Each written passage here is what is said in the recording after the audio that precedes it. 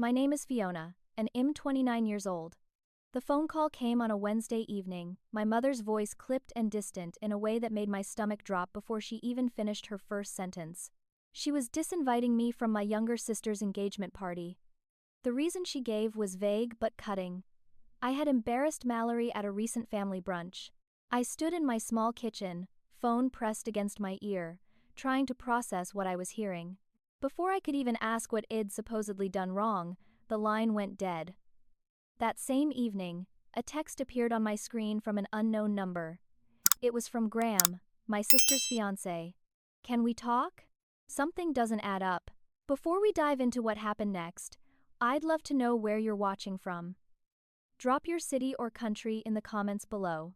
And if you're intrigued by family drama that takes unexpected turns, go ahead and hit that like button and subscribe. Trust me, you'll want to see how this story unfolds, because what started as a simple family disagreement revealed secrets that changed everything. Growing up in Portland, Oregon, I always knew my place in the family hierarchy. I was the older daughter, the one who never quite measured up. Mallory, my younger sister by 3 years, was the golden child from the moment she could walk.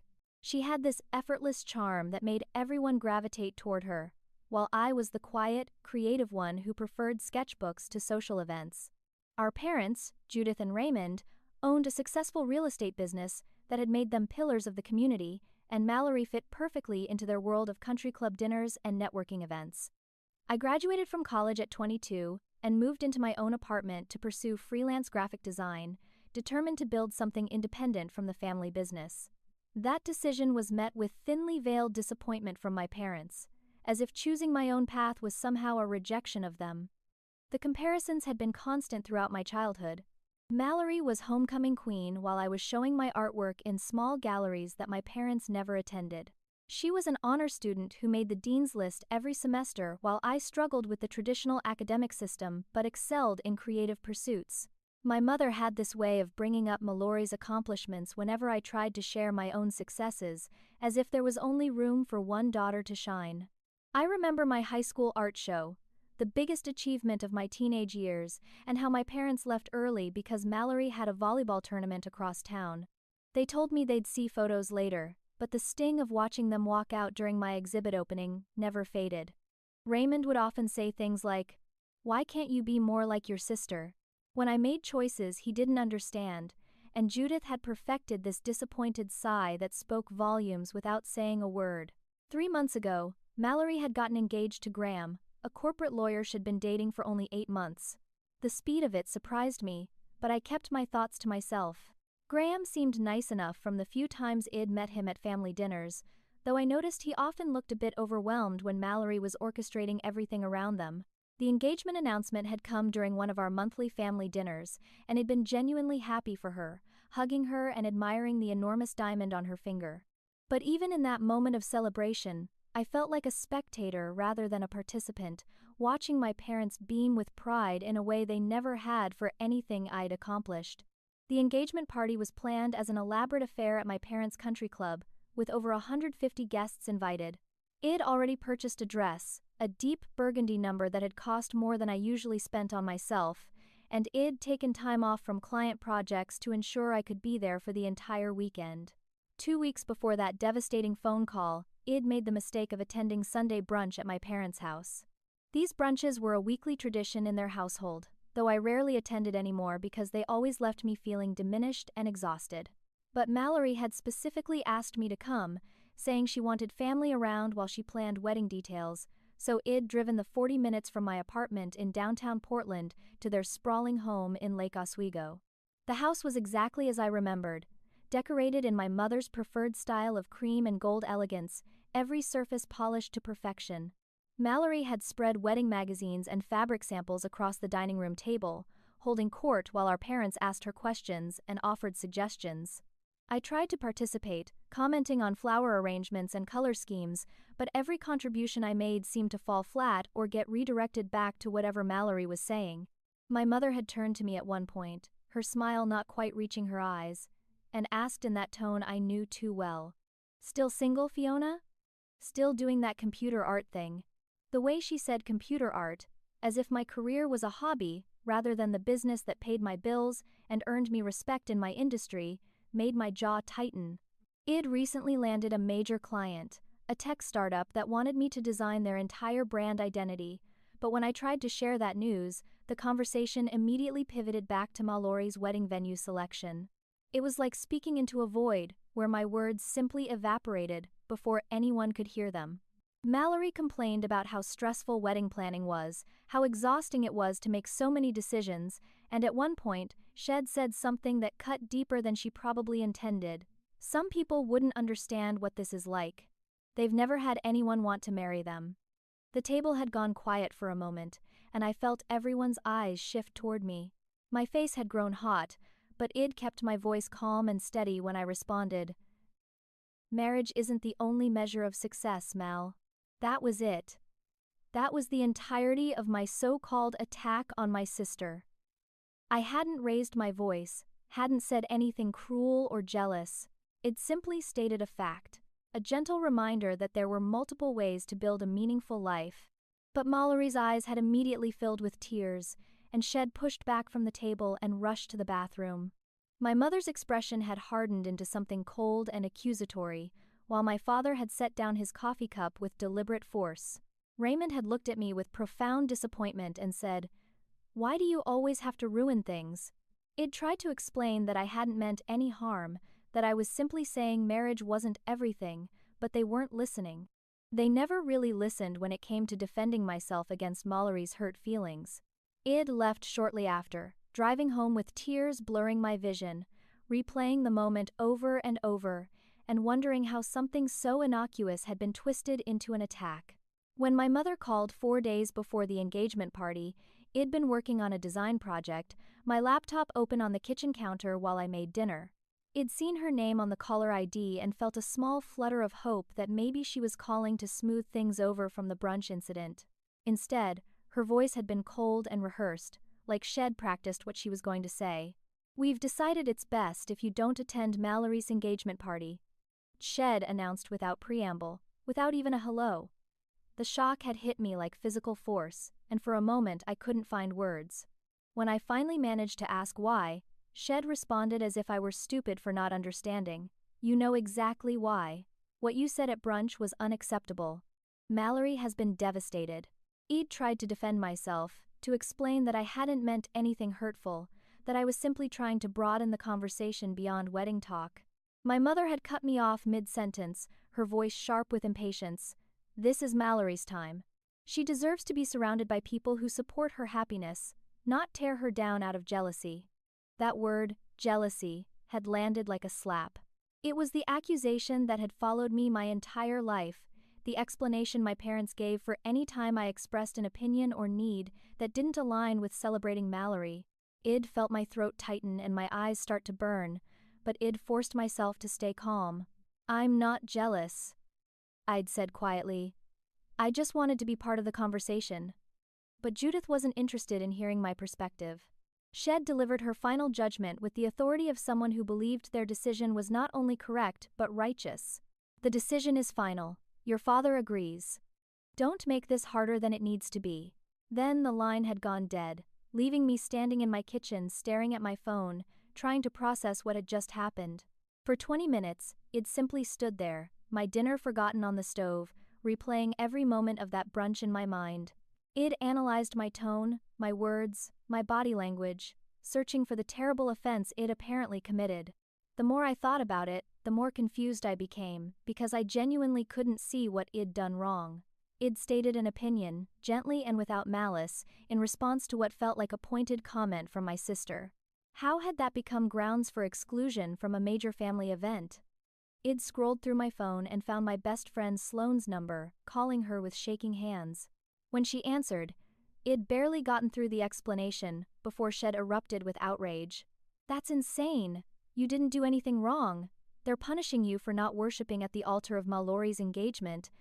Her anger on my behalf had been validating, but it didn't ease the ache in my chest, the familiar pain of being the family outsider. I'd decided to reach out to Mallory directly, hoping that maybe we could talk sister to sister without our parents' interference.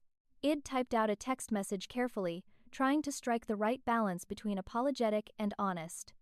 Can we please talk? I never meant to hurt you. Id watched the message change from delivered to read, my heart lifting with hope that she'd respond.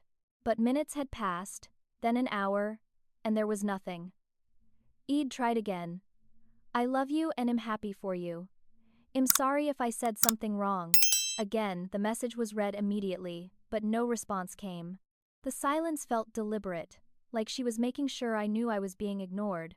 Id felt myself shrinking, becoming smaller and smaller in my own apartment, feeling erased from my family as if Id never existed at all. That same night, around 10 o'clock when I'd been lying in bed staring at the ceiling and trying not to cry, my phone had buzzed with a text from an unknown number. The message had made my heart stop. Fiona, this is Graham. Can we talk? Something doesn't add up. Id sat up immediately, rereading the message 3 times to make sure I wasn't misunderstanding. Why would my sister's fiancé be reaching out to me, especially now? What could possibly not be adding up from his perspective? My fingers had hovered over the keyboard, uncertain how to respond or whether I should respond at all. Finally, Id typed back. About what? His reply had come quickly. About why you're not coming to the party. Mallory's story doesn't make sense. Can we meet for coffee tomorrow? Id stared at that message for a long time, a mix of hope and anxiety swirling in my stomach. Part of me wanted to ignore it, to avoid making things worse with my family, but another part of me, the part that was tired of being misunderstood and misrepresented, wanted answers. Id agreed to meet him, choosing a neutral location downtown, and then Id lain awake most of the night, wondering what he wanted to know and whether I should tell him everything. The cafe we'd chosen was a small, independent place in downtown Portland, the kind with mismatched furniture and local art on the walls. Id arrived early, ordering a coffee I barely touched while I waited and rehearsed what I might say. When Graham walked in, he looked different from how I'd seen him at family dinners. His usual polished appearance was slightly disheveled, his tie loosened, and his expression troubled in a way that made him seem younger than his 32 years. Head spotted me immediately and walked over, sliding into the seat across from me with an apologetic smile that didn't quite reach his eyes. Thank you for meeting me, Head said. I'm sorry for going behind Mallory's back, but I had to know the truth. Graham had explained that Mallory told him a very different version of what happened at the brunch. According to her, Id attacked her verbally, saying cruel things about how she wasn't good enough to get married and that she was desperate for accepting a proposal so quickly. Shed claimed I called Graham a placeholder, someone she was settling for because she couldn't do better. As he recounted this version of events, Id felt my mouth fall open in shock because none of it was true, not even close to what had actually been said. But that doesn't sound like the person Mallory described you as when we first started dating. Graham had continued, his brow furrowed. Head told me that in the early months of their relationship, Mallory had spoken fondly of me, calling me her creative and independent older sister who'd forged her own path. Shed seemed proud of my work, showing him my website and talking about how talented I was. But somewhere along the way, her tone had shifted completely, and I'd become the jealous, bitter, unsupportive sister who couldn't stand seeing her happy. I'd taken a deep breath and recounted exactly what had happened at that brunch, word for word as best as I could remember. I'd told him about my mother's dismissive comment about my career and relationship status, about Mallory's pointed remark about people not understanding wedding stress because they'd never had anyone want to marry them, and about my simple response that marriage wasn't the only measure of success. Graham had listened intently, his expression growing darker as I spoke. That's completely different from what I was told, Head said quietly. I'd seen something shift in his eyes, a crack forming in whatever image Head built of my sister. I'd felt guilty for causing that crack, but I'd also felt validated, like finally someone was hearing my side of the story without immediately dismissing it as jealousy or bitterness. Graham had leaned back in his chair and rubbed his face with both hands, and then Head started talking about patterns Head noticed over the past few months. Small things at first, Head said, like how Mallory would come home from work upset about conflicts with coworkers, always painting herself as the victim of someone else's jealousy or incompetence.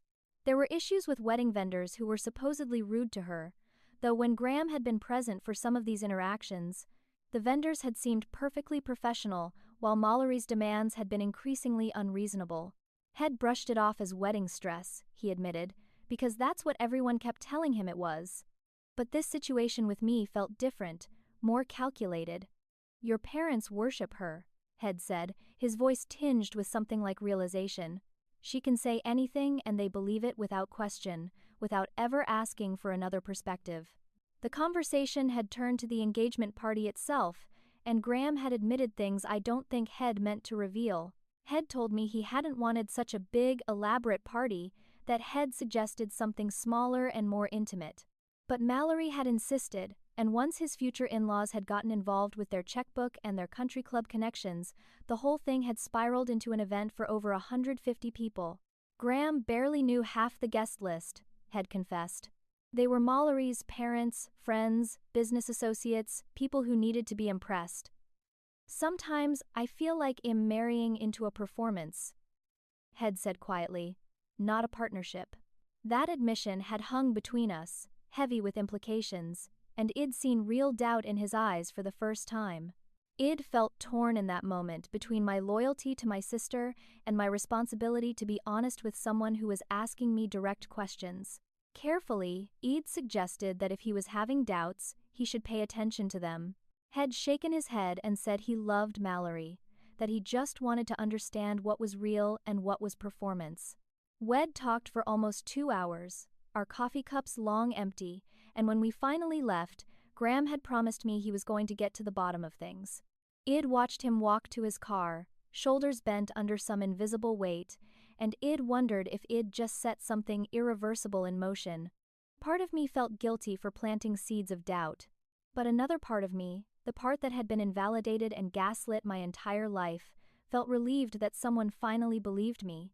2 days before the engagement party, I'd made the decision to confront my parents directly. I couldn't let this situation stand without at least trying one more time to make them understand what had actually happened. I'd driven to their house in Lake Oswego, my hands gripping the steering wheel tighter than necessary, rehearsing what I wanted to say. Their home always intimidated me a little, this large colonial-style house with its perfectly manicured lawn and circular driveway, where my mother's Lexus and father's Mercedes were both parked. I'd knocked on the front door, my heart pounding, preparing myself for resistance.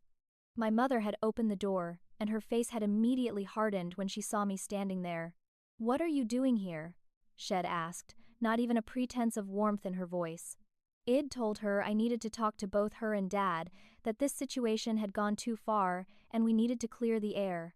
Judith had been reluctant, standing in the doorway as if physically blocking my entry, but eventually Shed stepped aside with obvious reluctance. "Your father is busy," Shed said, but I'd pushed back, insisting this would only take a few minutes. Shed let me in, but hadn't offered me anything to drink or invited me to sit down, small acts of hospitality that spoke volumes about how unwelcome I was. Raymond had been in the formal living room, sitting in his leather armchair with the newspaper spread across his lap. He hadn't looked up when I entered, hadn't acknowledged my presence at all, until I'd stood directly in front of him and said I needed him to hear my side of what happened. Judith had stood with her arms crossed, her posture rigid and defensive. I'd started explaining, keeping my voice calm and measured, recounting the brunch conversation exactly as it had happened. I'd emphasized that I meant no harm, that I was simply responding to what felt like a hurtful comment from Mallory, and that my statement about marriage not being the only measure of success was not an attack on her engagement. Raymond had finally spoken, his voice cold and final. "You've always been jealous of your sister." The accusation had hit me like I'd been expecting it but hoping to avoid, and I'd tried to protest that it wasn't true. Judith had jumped in with her own list of grievances, citing examples from our childhood that Shed apparently been storing up for years. Shed brought up my high school graduation where I'd supposedly sulked during Mallory's valedictorian speech, when in reality I'd been dealing with my own college rejection letter that same week and was trying not to cry in public. Shed mentioned how distant I'd been when Mallory got her promotion at the family business, conveniently forgetting that they'd never once asked about my life or career during that same conversation. I'd fought back for the first time in years, my voice rising despite my efforts to stay calm. I'd pointed out that I wasn't sulking at graduation. I was devastated about my own disappointment, and they'd never even asked how I was feeling. I'd explained that I wasn't distant about Mallory's promotion. I was hurt that they never showed any interest in my professional accomplishments, never asked about my clients or my work.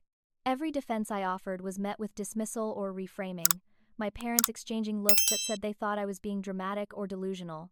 Raymond had stood up from his chair, physically looming over me in a way that made me feel like a child being scolded. "You left this family when you moved away," Head said, as if my 40-minute commute was an act of abandonment. My mother had delivered what she clearly thought was the final word on the matter. "If you can't be happy for your sister, you don't belong at her celebration." Id felt my voice shake as he'd tried one more time. "I am happy for her. I just want to be seen too." But Raymond had declared the conversation over, telling me in no uncertain terms that I was not invited to the party and that was final.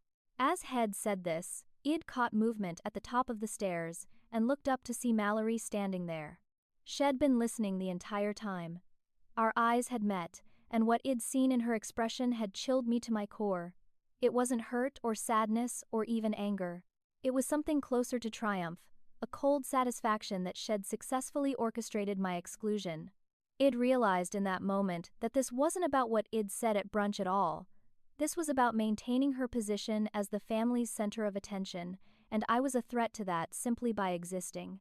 I'd left their house feeling more alone than I ever had, driving home with tears streaming down my face, knowing I'd lost a battle I'd never really had a chance of winning.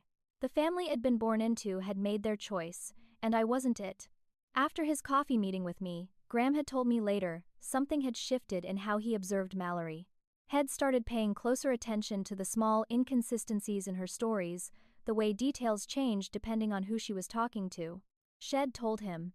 Shed called me to apologize after the brunch incident, trying to smooth things over, but when Head checked their shared phone plan out of curiosity, there was no record of any call to my number. Head asked her about it casually, and Shed gotten defensive, claiming Shed called from a friend's phone because her battery had died. It was plausible enough, but something about her tone had made him doubt her. The wedding planning had escalated into what Graham could only describe as a reign of terror over anyone involved in the event. The florist had been reduced to tears after Mallory had screamed at her over the wrong shade of cream roses, insisting they were ivory when Shed specifically requested cream, though the florist had shown her the original order form where Mallory had circled ivory.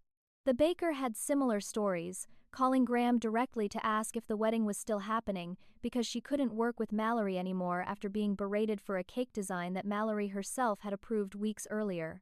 Each time, Mallory had told Graham that these vendors were incompetent and rude, that they'd attacked her first and she was simply standing up for herself. But when Graham had quietly reached out to these vendors, Head gotten a very different picture of interactions where Mallory had been impossible from the start, her demands changing constantly and her tone becoming increasingly abusive. The situation with Mayori's bridesmaids had been even more troubling. Graham had watched her go through 3 different best friends in the 8 months they'd been engaged.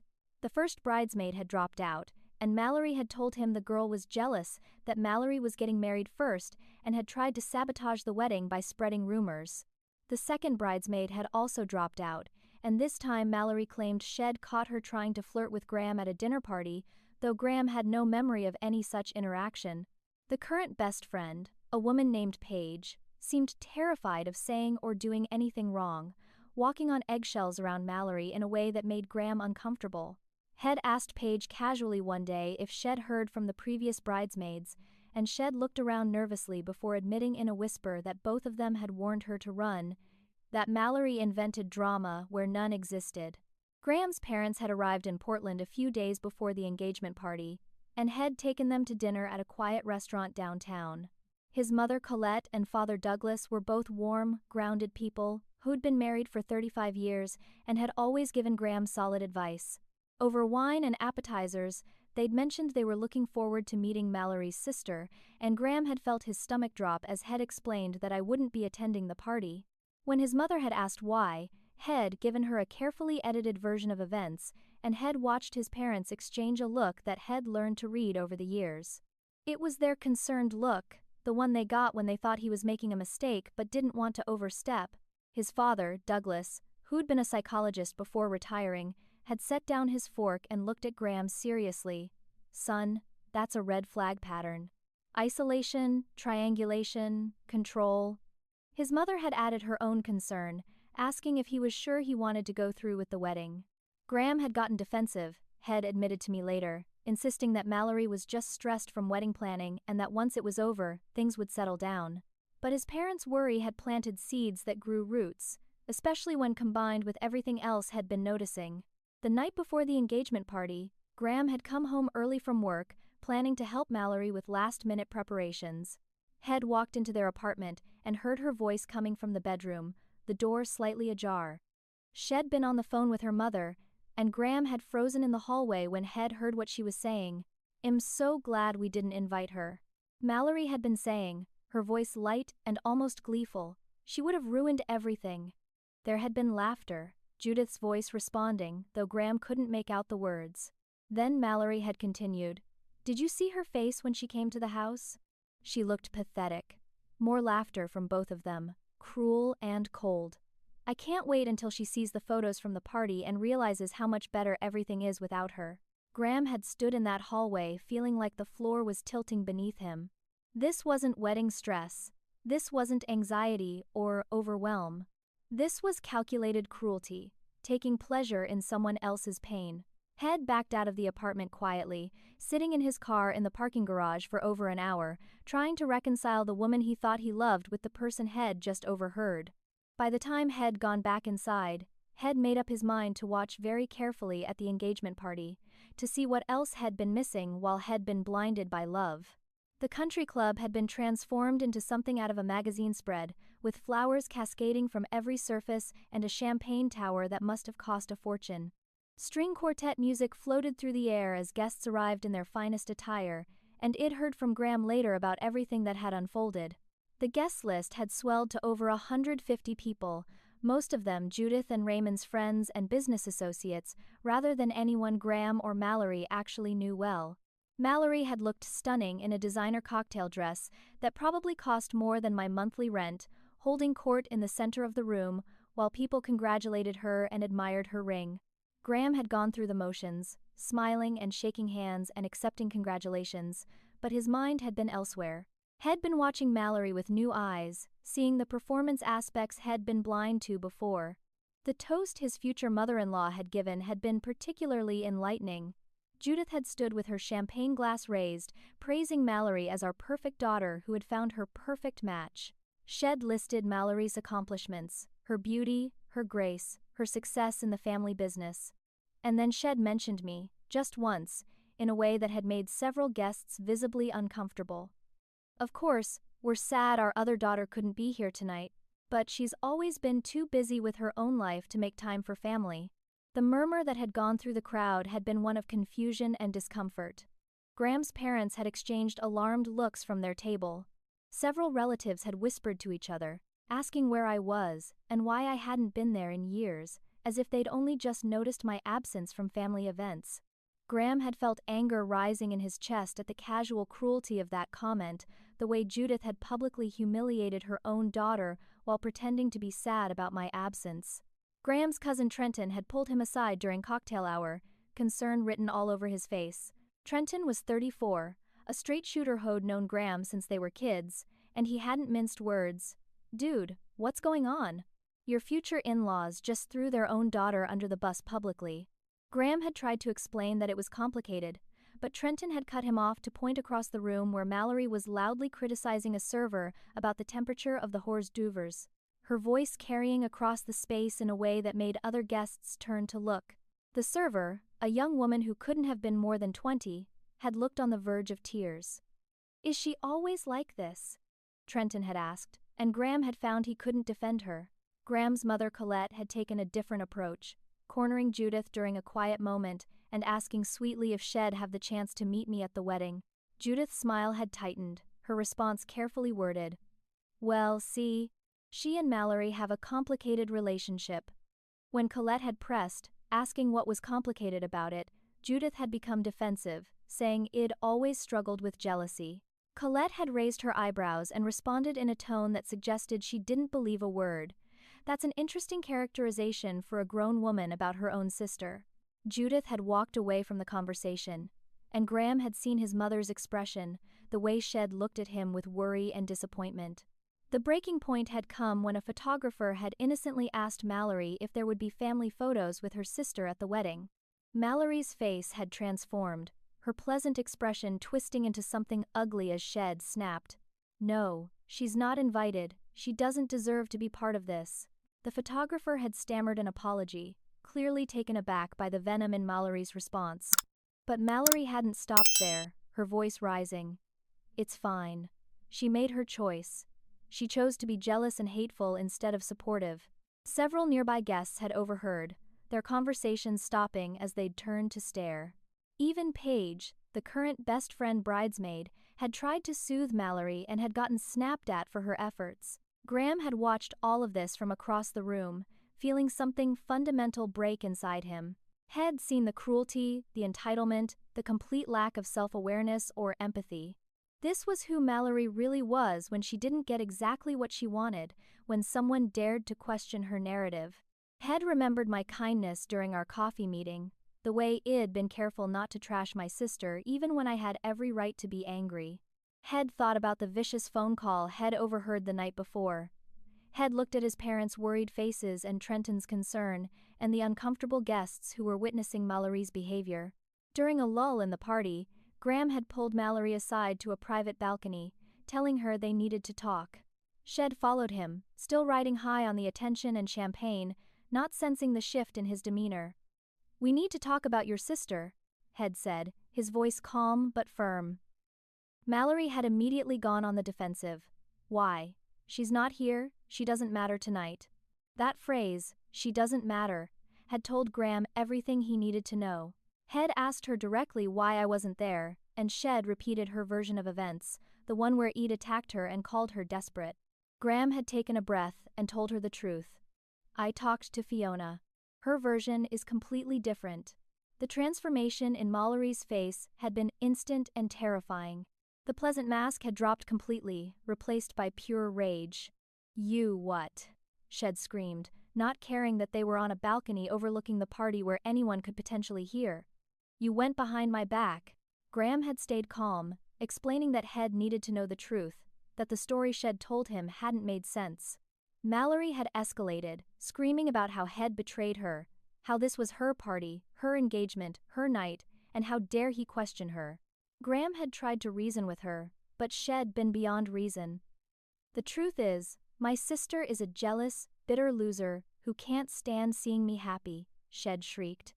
Graham had responded quietly that the truth was Shed lied to him, and Shed been lying to everyone.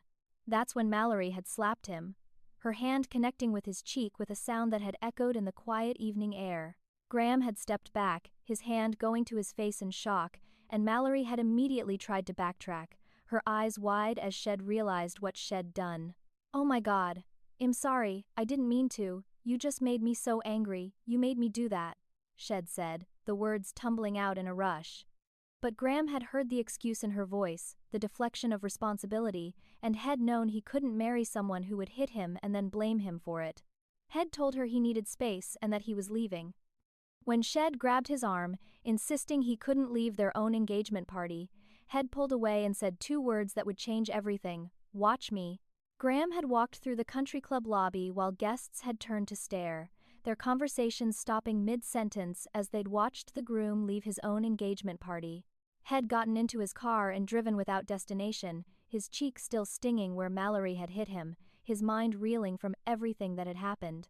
Head ended up at a waterfront overlook, one of those scenic viewpoints where tourists took photos of the Portland skyline, and Head sat there for over an hour trying to process what his life had become. The engagement, the wedding planning, the constant drama.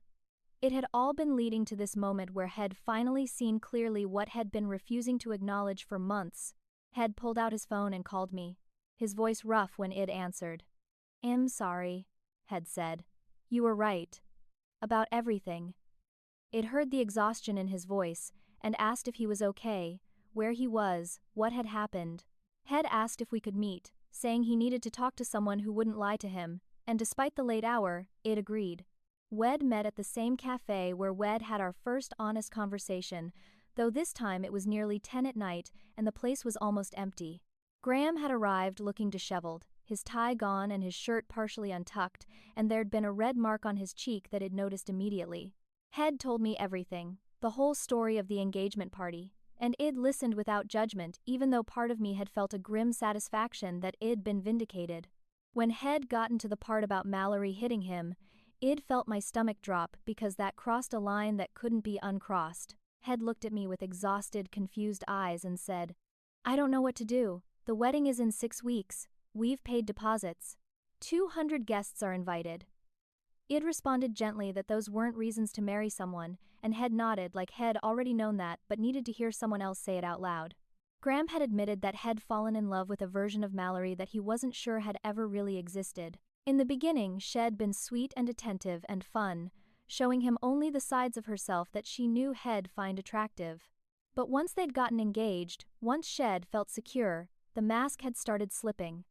The demands, the cruelty, the lies, they'd all been there, but Head excused them as wedding stress or family pressure.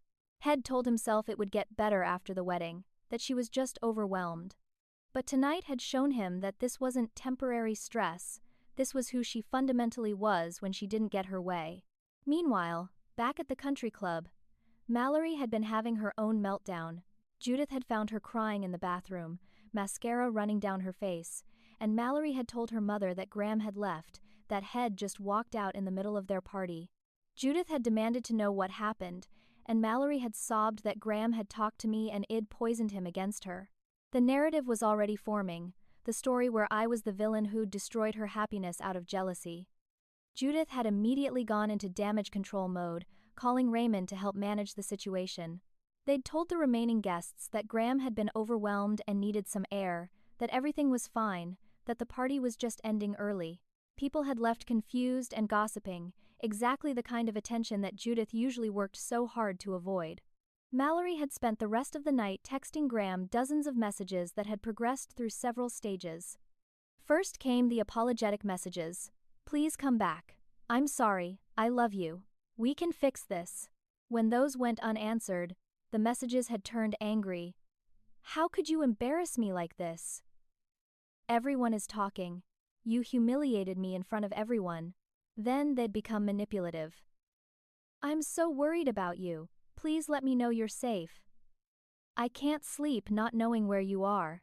Graham had shown me his phone at the cafe, and I'd scrolled through message after message, recognizing the pattern of someone trying every tactic to regain control.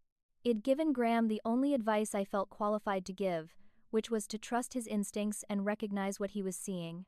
I'd told him about growing up as the scapegoat in a family that enabled my sister's worst behaviors, about how Mallory had always gotten everything she wanted, and how Shed learned to destroy anyone who questioned her or said no. It explained that our parents had created this situation by never holding her accountable, by always taking her side, by treating her as if she could do no wrong. "If you marry her," I'd said carefully, "this is your life." Walking on eggshells, being controlled, watching her hurt people and facing no consequences. Graham had sat in silence for a long time, processing everything, and finally Head said the words I think had been leading up to all evening. "I need to call off the wedding." I'd asked if he was sure, and Head shaken his head and said, "No, but I'm sure I can't marry her, not like this, not knowing what I know now." Head thanked me for being honest with him, for being the only person in Mallory's orbit who'd been willing to tell him the truth even when it was uncomfortable. We'd parted ways outside the cafe, both knowing that the next few days were going to be incredibly difficult, both knowing that my family's rage was about to turn on both of us with full force. Graham had requested a meeting the next morning at my parents' house, bringing his own parents for support. Head arrived to find Mallory red-eyed and desperate, my parents tight-lipped and furious, and the tension in the room had been thick enough to cut. Graham had stood in their formal living room and announced calmly that he couldn't marry Mallory, that the engagement was off. Mallory had immediately started screaming and crying, begging him to reconsider, promising Shed change, that the slap had been a mistake Shed never repeat. But Graham had been resolute, his decision made and his mind clear despite the chaos around him.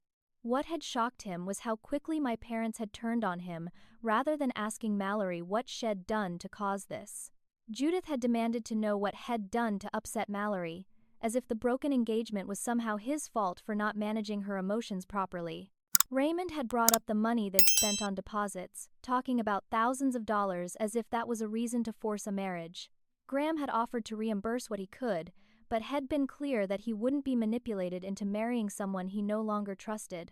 When Head tried to explain what had happened on the balcony, that Mallory had hit him, Judith had actually waved it off as him provoking her, as Mallory just being emotional and stressed. The blame had inevitably fallen on me.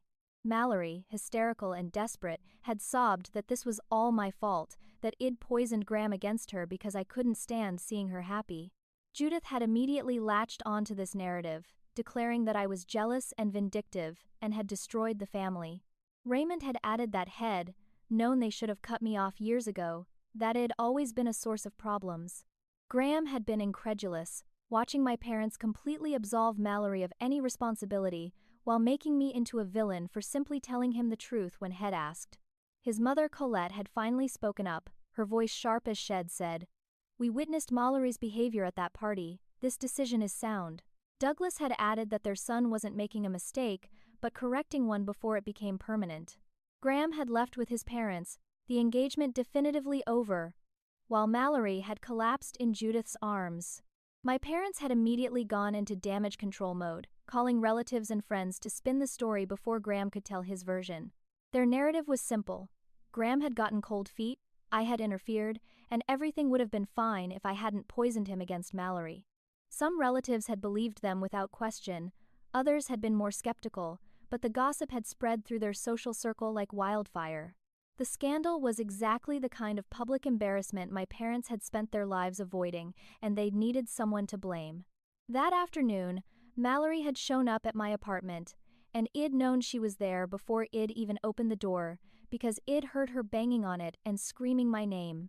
When I'd cautiously opened the door with the chain still attached, I'd seen her face blotchy from crying, her hair wild, looking nothing like the polished perfection she usually projected. "You ruined my life," Shed screamed loud enough for my neighbors to hear. I'd stayed calm, keeping the chain on the door, and told her I hadn't done anything except tell the truth when Graham had asked me for it. Mallory had raged that I'd turned him against her, that I couldn't stand seeing her happy, that I'd always been jealous of everything she had. I'd responded quietly that I'd wanted her to be happy, but not at the cost of lying to everyone, including herself. Mallory had tried to push past me into the apartment, but I'd held the door firm and told her she needed to leave. That's when Shed said something that had felt like the culmination of years of resentment. "Mom and Dad were right about you. You're poison. You've always been poison." I'd felt something break inside me, not out of hurt but out of clarity, and I'd responded with more honesty than I'd ever given her before. "No, Mallory. I've always been honest. And that's what you can't stand." My elderly neighbor Rosetta had opened her door at that moment, asking if everything was all right, and Mallory had realized she was making a scene in front of witnesses. Shed backed away from my door, her face twisted with rage and hurt, and told me this wasn't over, that I was going to pay for what I'd done. I'd watched her leave, tires squealing as Shed peeled out of the parking lot, and then I'd locked my door and blocked her number, my hands shaking. That evening, I'd received an email from my father. He hadn't even been able to call me, had instead sent a formal, cold message that read like it had been drafted by a lawyer. The subject line had been, "Family Decision," and the body had explained that they'd decided I was no longer welcome in the family. My actions had irreparably damaged Mallory, they'd written, and they would not be in contact going forward. The email had mentioned that estate plans would be adjusted accordingly, essentially telling me I was being written out of their will as if that would be the thing that hurt me most. It had ended with, "We hope you're satisfied with what you've done." I'd read that email 3 times, sitting on my couch in my small apartment, feeling numb and hollow. Then the tears had come, not because I was surprised or even because I wanted a relationship with people who could send such a cruel message. I'd cried for the loss of hope, the final death of the fantasy that someday they might see me clearly and value me for who I was. I'd cried for the little girl. I'd been who'd tried so hard to earn their love and approval. I'd cried twisted herself into smaller and smaller shapes trying to fit into their vision of an acceptable daughter. My best friend Sloane had come over within 20 minutes of my tearful phone call, and Shed held me while Id sobbed and told me what I already knew but needed to hear, that I was better off without them, that Id told the truth and helped Graham avoid a nightmare, that I'd done the right thing even though it hurt. Then why do I feel so alone? Id asked her, and Sloane had pulled back to look at me seriously. Because grief is grief, Shed said, even when it's for people who didn't deserve you. 6 months passed like a slow thaw after a brutal winter, each day slightly easier than the last, as I rebuilt my life around a foundation of authenticity rather than the exhausting performance of trying to please people who would never be pleased. My freelance graphic design business had flourished in ways I'd never imagined, partly because I'd thrown myself into work as a healthy distraction, but mostly because I'd finally stopped second-guessing every creative decision through the lens of whether my parents would approve. Id hired an assistant, a recent college graduate named Iris, who reminded me of myself at that age, hungry and talented and full of ideas. I'd been going to therapy weekly, working through the complex trauma of being a scapegoat child in a narcissistic family system, learning terms like triangulation and flying monkeys and golden child syndrome that had made so many things suddenly make sense. Id started dating someone new, a man named Kieran who taught middle school English and had the kind of emotional intelligence and genuine kindness that Id thought only existed in movies. He knew about my family situation because I'd been upfront about it early in our relationship, not wanting to hide or minimize the dysfunction it'd come from. Instead of being scared off, Head listened with empathy and shared his own stories of growing up with an alcoholic father, and Wed bonded over the shared experience of building healthy lives despite unhealthy origins. My apartment felt more like home than it ever had, filled with my artwork and plants, and the kind of comfortable clutter that comes from actually living in a space rather than just existing in it. When Graham had texted me asking if I'd be open to coffee, Id hesitated. We hadn't spoken since that night after the engagement party, and Id assumed Head moved on completely from that chapter of his life. But curiosity had won out, and Id agreed to meet him at our usual cafe, the place that had become the setting for so much honesty between us. Head looked good when Head walked in, healthier somehow, like a weight had been lifted from his shoulders. Wed ordered our drinks and settled into familiar seats, and Head started by thanking me again for telling him the truth when Head needed to hear it. Graham had updated me on his life over the past 6 months. Head thrown himself into his legal work, taking on cases Head been too distracted to focus on during the wedding planning chaos. Head been going to therapy too, Head told me, with a self-deprecating smile, working through why Head ignored so many red flags for so long. Head learned about something called cognitive dissonance, how his brain had worked overtime to rationalize Mallory's behavior because acknowledging the truth would have meant admitting Head made a terrible choice. Head started dating someone new, a woman named Avery, who was a nurse at the local children's hospital, and his face had softened when Head talked about her. "She's so different from Mallory," Head said. "She's kind to service workers. She admits when she's wrong. She asks about my day and actually listens to the answer." Head heard through mutual acquaintances that Mallory had gotten engaged again, this time to someone she'd been dating for only 3 months. The news had shocked him at first, but then Head realized it made perfect sense. Mallory needed to be engaged, needed the attention and validation that came with planning a wedding and being a bride. The specific man didn't matter as much as the role he played in her story. "I feel sorry for him," Graham had admitted, "but I can't save everyone. I can barely save myself." That self-awareness had shown me how much Head grown, how much work Head done to understand his own patterns and choices. Id shared my own journey with him, talking about the grief process of cutting contact with my parents and sister. It had been harder than I'd expected, I'd admitted, because I wasn't grieving the actual relationship Wed had, but rather the relationship I'd always hoped we could have. It mourned the fantasy of a mother who would have been proud of my accomplishments, a father who would have defended me, a sister who would have been my friend. But accepting that those people didn't exist in my reality had been strangely liberating. "I used to think I was the problem," Id told Graham. "Now I know I was just the truth teller in a family that punished honesty." As Wed been leaving the cafe, walking toward our cars in the parking lot, Id spotted a familiar figure approaching the entrance. Mallory had frozen when she'd seen us together, her face cycling through shock, rage, and something that looked like fear. The man next to her, presumably her new fiancé, had looked between us with confusion.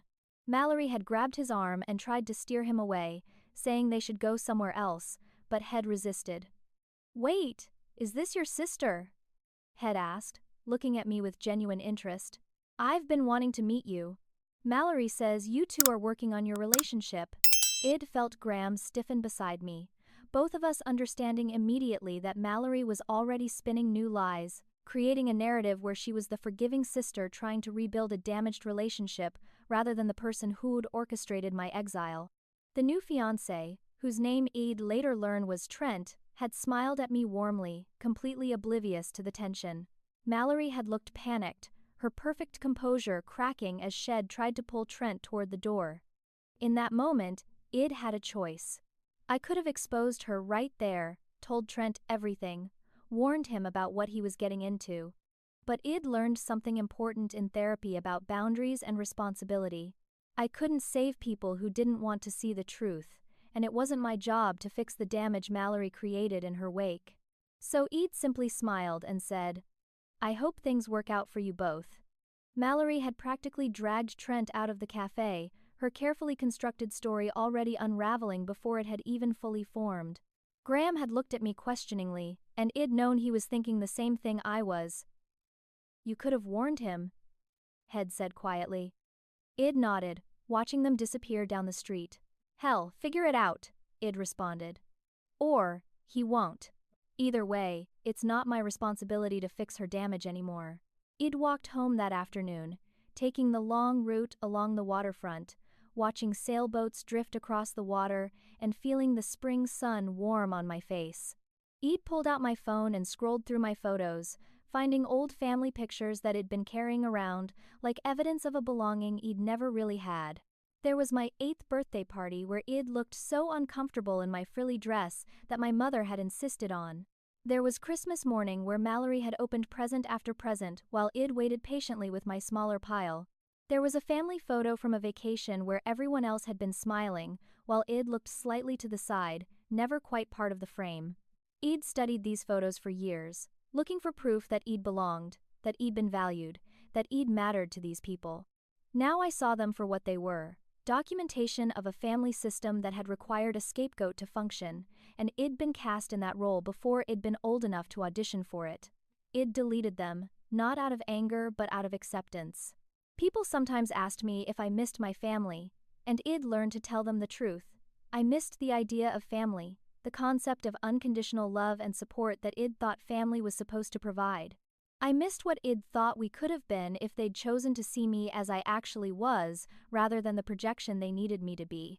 But I didn't miss the constant criticism, the gaslighting, the feeling of walking on eggshells, wondering when I'd say or do something that would be twisted into evidence of my jealousy or inadequacy. I didn't miss being the villain in someone else's victim story, the convenient scapegoat who could be blamed for everything wrong in Mallory's life. Graham had asked me once if I'd ever forgive them, and I'd told him that forgiveness wasn't the same thing as reconciliation.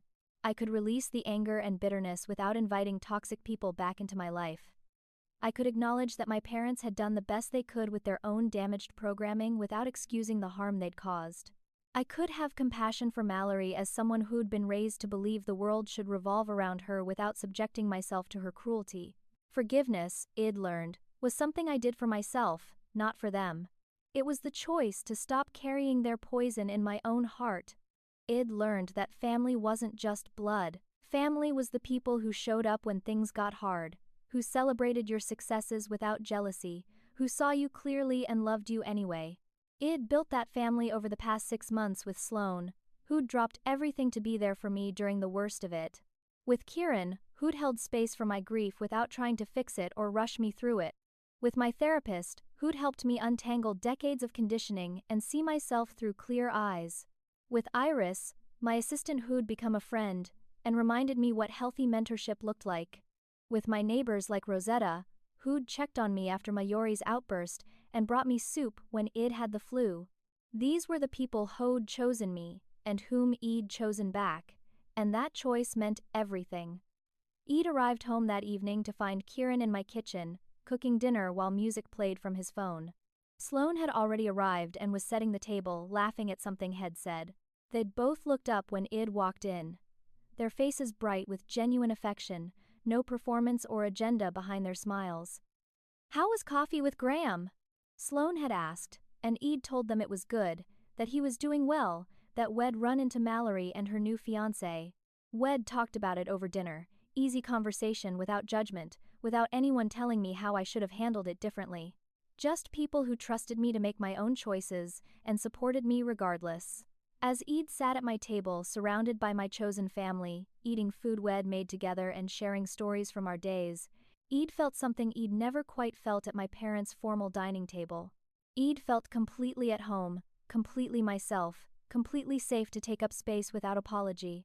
My parents had uninvited me from my sister's engagement party for embarrassing her, and Graham had asked why. That question had unraveled everything, pulling at a thread that had revealed the whole dysfunctional tapestry my family had woven around protecting Mallory's fragile ego.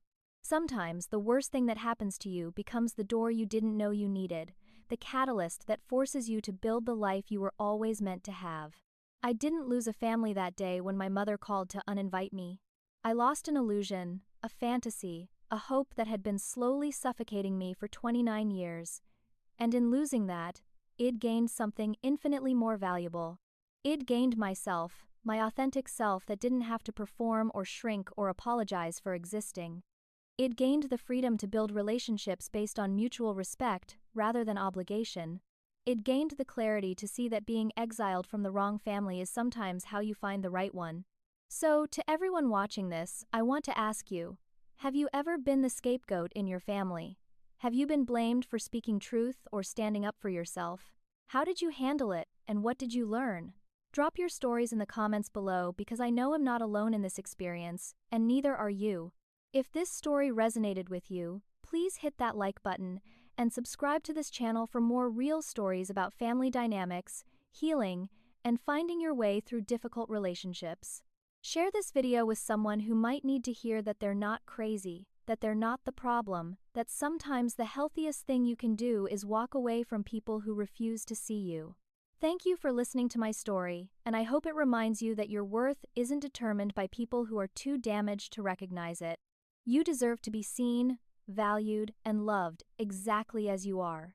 Take care of yourselves out there, and remember that sometimes the family you choose is more real than the family you were born into.